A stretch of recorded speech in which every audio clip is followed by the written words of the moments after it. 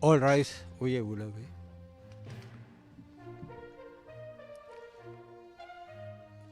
The International Criminal Court is now in session. La Giunta Co Penal International do it.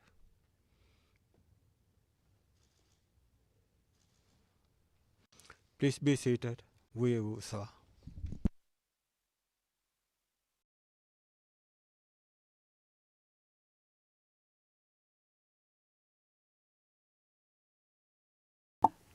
Yes, good morning all. Madam Registrar, can you call the case? Good morning, Madam President, Your Honors.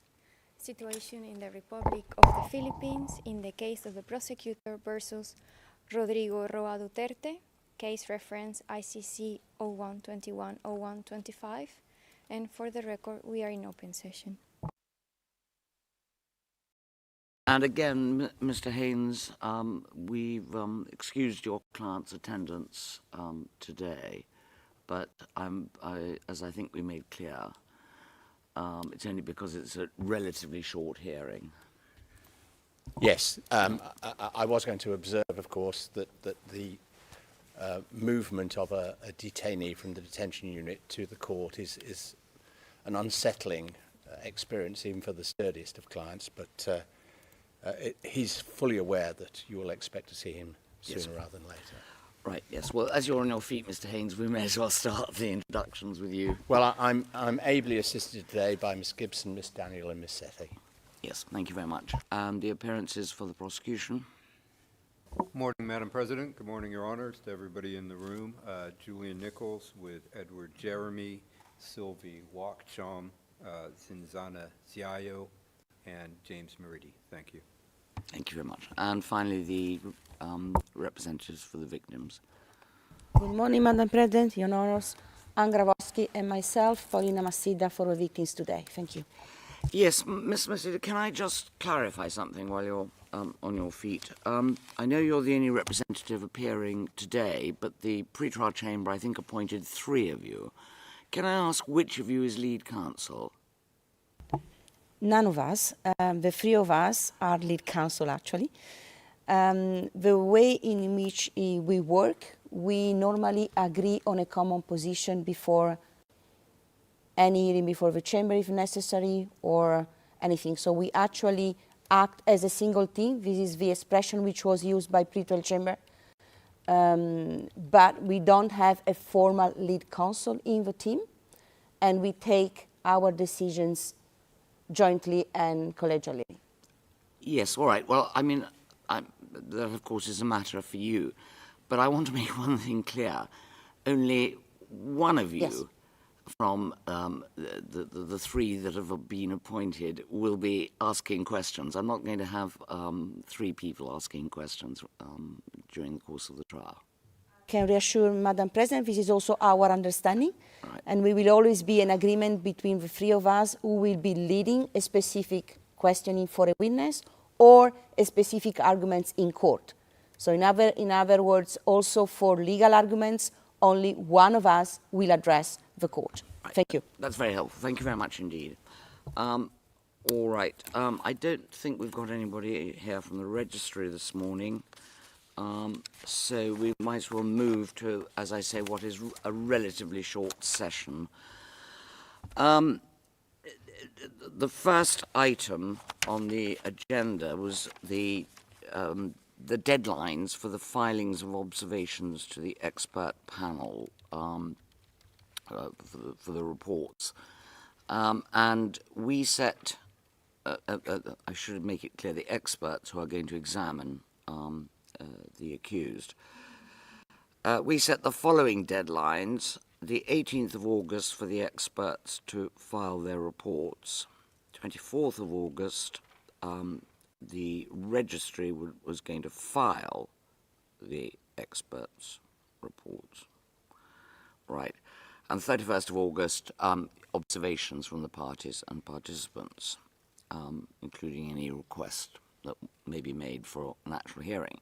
Now, Mr. Nichols, the Office of the Prosecutor requested this item. Is there a reason for that?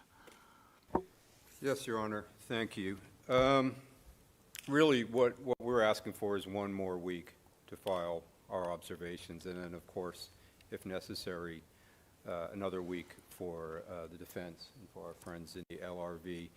The reason is very simply, on the 31st of August, we're going to have to file our pretrial brief, our list of witnesses, our list of evidence, complete our disclosure, and then this will, I'm sort of asking for mercy. This will drop on us, and we can't really start writing it early during that last week as well, when we expect to be extremely busy, and depending on what the outcome is of the reports we receive on the 24th, it may or may not be quite a lot of work. So we're just asking for one more week to file so that we can have more time after our deadline for all those other projects. I think there's a total of like approximately 10 that we have due on that date. And so this is formally under Reg 35, but I don't see that this would slow things down substantially in any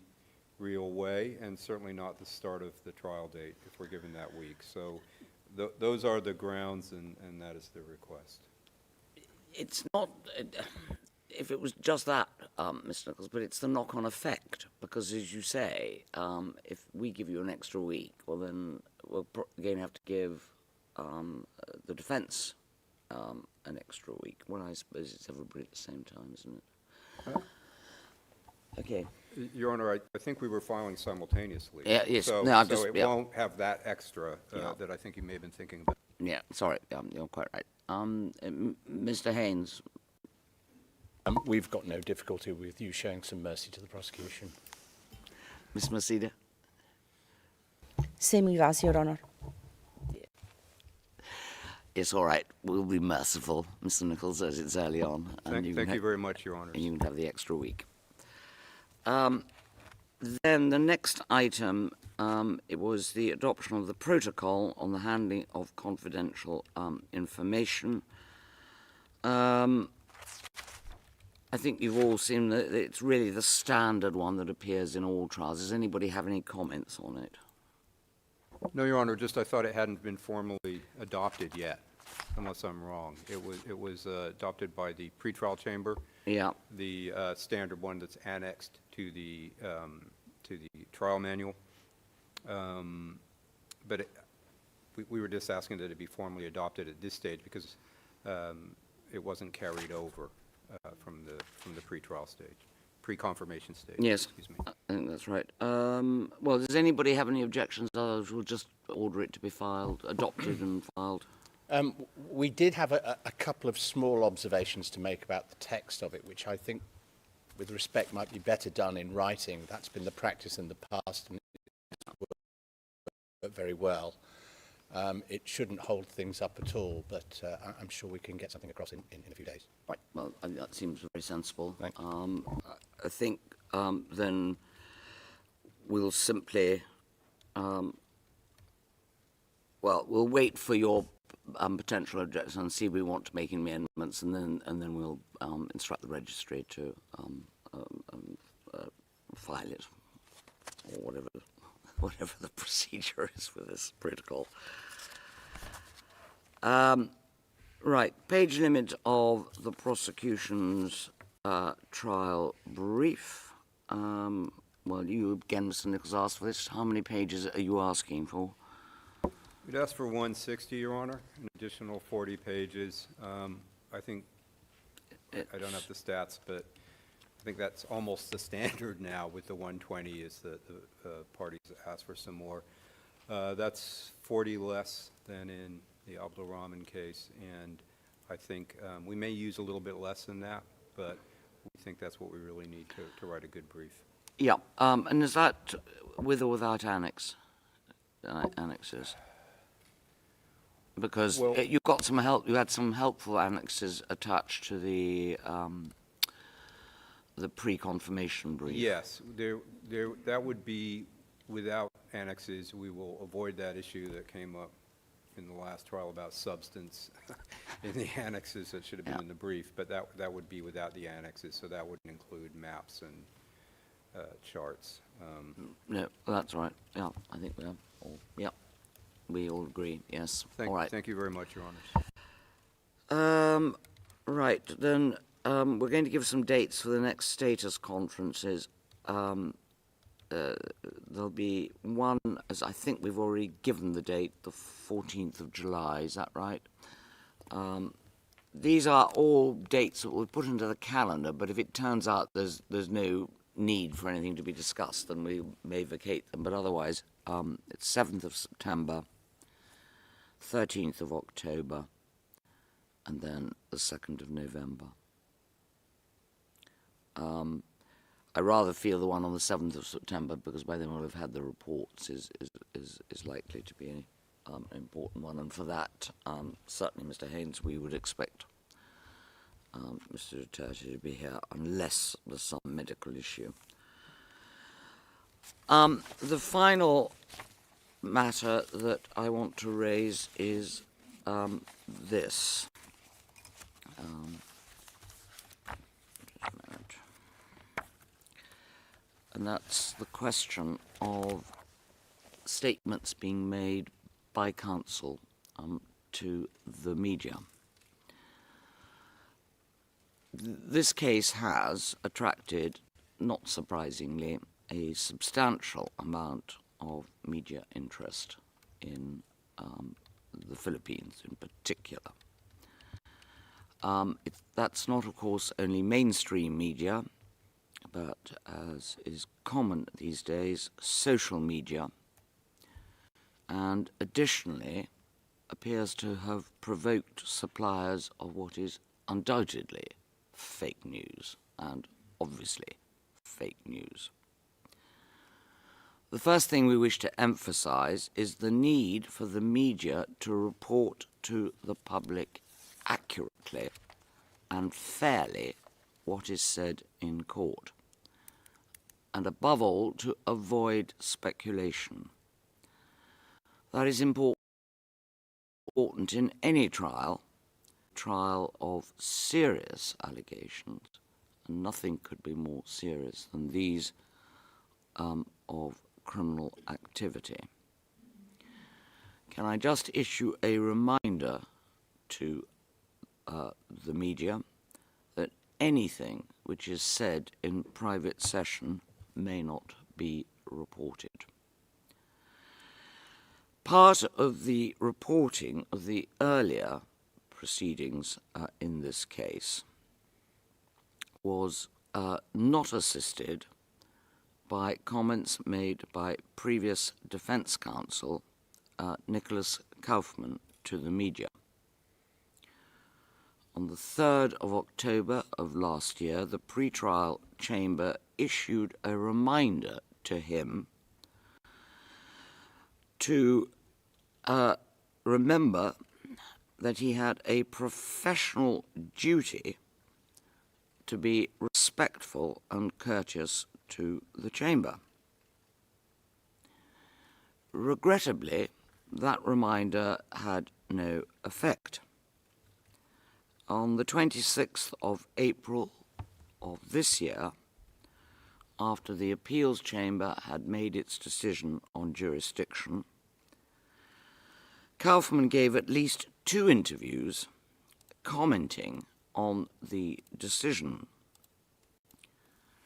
Some of those comments were his personal view of legal decisions made by the court as a whole, and were on any showing wholly inappropriate. The more so when made by counsel in the case. In the light of this previous history, this trial chamber feels it incumbent to repeat the reminder or warning to all counsel in the case, for the reasons that I have already expressed as to the importance of this trial.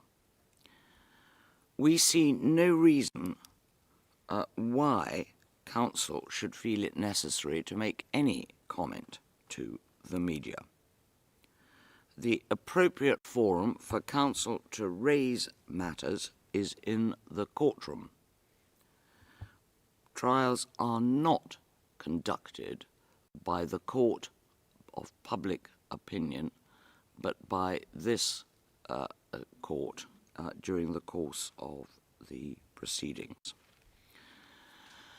We should add, finally, that we are somewhat surprised to see that other than the catch-all type provisions which are contained in the Defence Code of Conduct, namely Articles 5, 7 and 24, no guidance on the topic of media comment is offered to counsel in any of the codes, in fact, those including for the prosecution.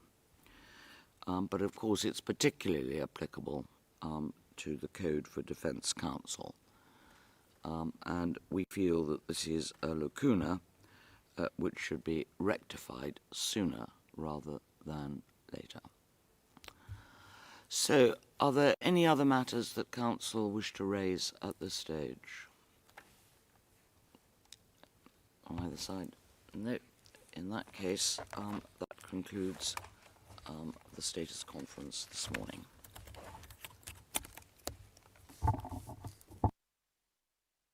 All rise. We will away.